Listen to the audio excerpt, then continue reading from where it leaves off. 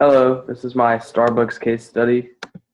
Summary: Starbucks started small in Seattle with around 280 stores. It's now closer to 7,000. So many of the closeness of Starbucks together became a kind of a national joke that you could walk from one Starbucks to another. Starbucks continued to grow and became a national power for the last decade. Howard Schultz was the creator and has remained the head of Starbucks this entire time.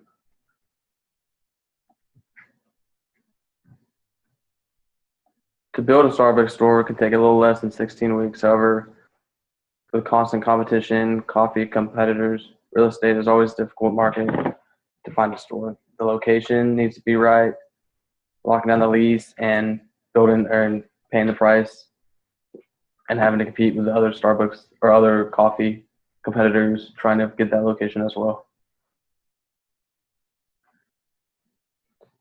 Starbucks is always trying to keep up with this competition and created Starbucks Express so that people could order their coffee before they got there and pay for it so they could just pick it up.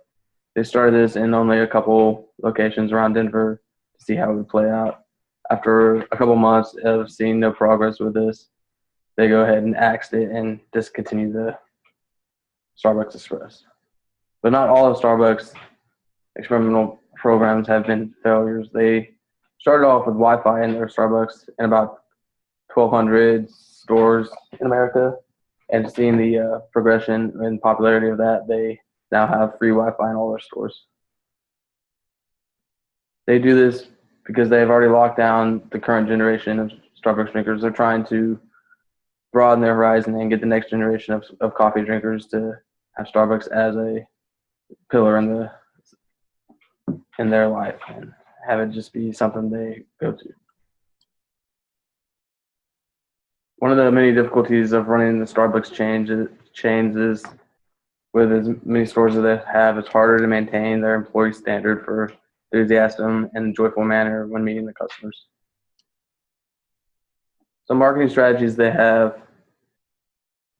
that I think they should be using that they're not. I think they should use the scarcity of their Starbucks brands that are only around every couple months, like their seasonal drinks. They should promote those more and make it known that they're the only people that have them, that no other store sells what they sell, so that people will think that Starbucks is more special only, and you can only get this stuff they sell there.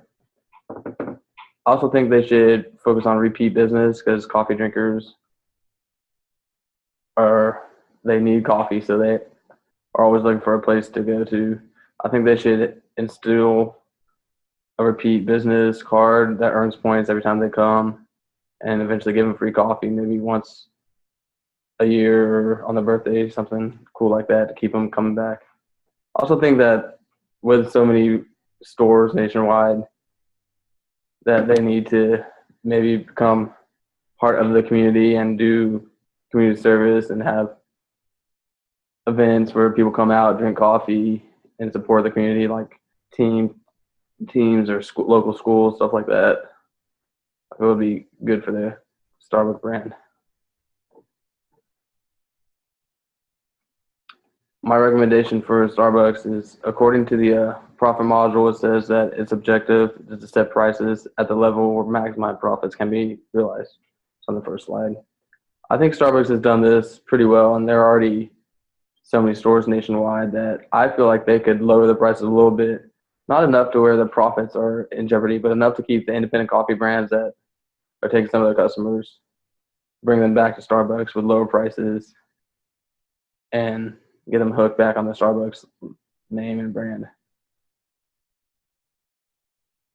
Thank you. That's it.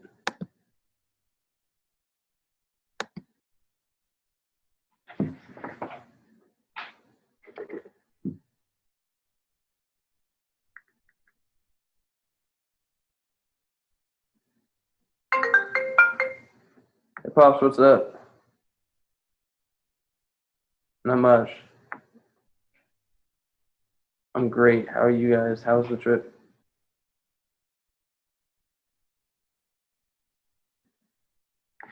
Well, I'm just gonna chill out here and now and see what Austin's. Heard we had a good storm last night.